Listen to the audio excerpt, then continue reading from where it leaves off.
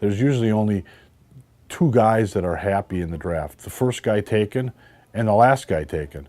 You know, so and the reason that is obviously is that the first guy that's taken, he went number one, so you can't get any better.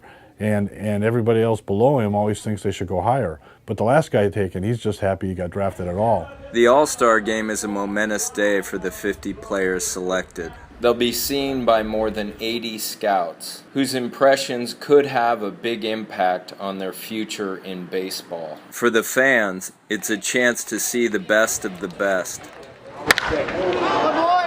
Rub elbows with players and mascots, and add to their autograph collections.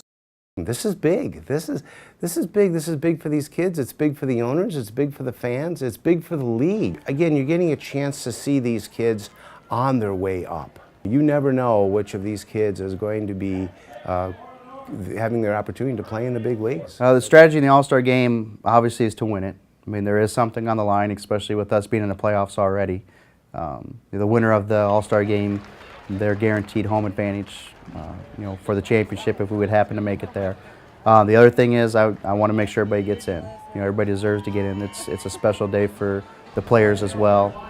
And the other thing is I just, if I can drop a little knowledge on each one of these guys, I feel like that's my job is to help these guys out, make sure that they play the best they can. There's going to be a lot of scouts in the stands. It's a special day, a special game. And I'm excited to finally get to be on the same side of the guys that have been beating us up. Looking at the players, you're always looking at their talent level. So you're looking at their raw tools. For a position guy, it's how does he run, throw, hit, field. And with pitchers, you're looking for body size and velocity. Those are the key things. And then there's always some additions and subtractions to the little guy that throws hard or has a good curveball, but he's real small. This guy's big and strong. He doesn't run real well, but he's got a lot of power in the bat. So there's exceptions to every rule in finding a player. They're not all completely perfect.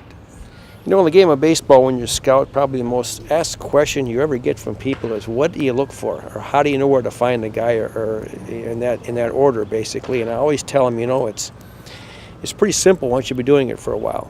It would be like the young men in this world that are in colleges are looking for girls all the time. They go to restaurants and bars and in cafeterias, and they see girls. And when you see one, you'll know it. Probably the biggest intangible is a player's makeup. You really don't know how they're going to handle a lot of situations until they get into it, what their real drive and desire is actually like. That's why you see some first rounders fail, because the makeup and their character might have a little flaw in it, and it doesn't let them use their tools to the best of their ability to where they should be with their talent. In the first few rounds of the home run hitting contest, several players vie for the lead. In the final round, Adam Martin hits the cover off of the ball.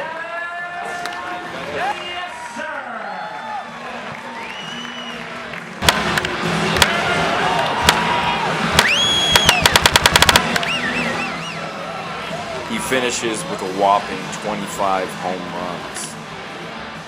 In the game, both teams trade blows in the early innings.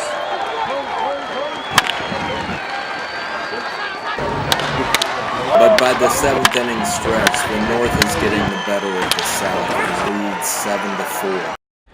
Let's all welcome Harry Carey. Far as 1, 2, 3 strikes are out and they all day. Hi, good job, everybody. Hi. The South threatens in the bottom of the ninth.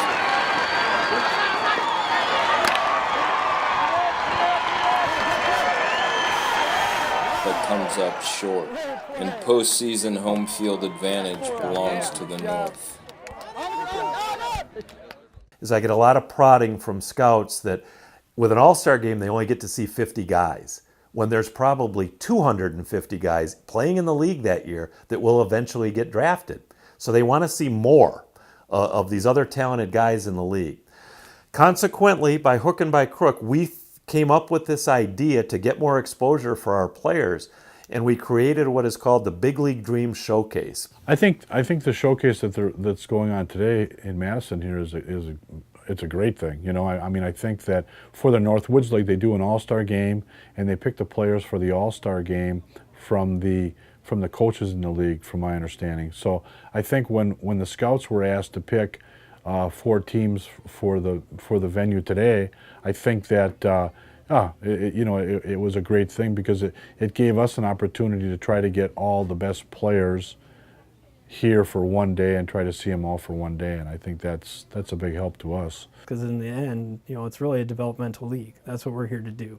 We're here to get these kids seen and get them drafted and move on. You know, it's great if we win. It's great if our teams win and whatever, but that's not what this is about. It's about development, and I think we're moving in that direction, and things are, you know, really going well.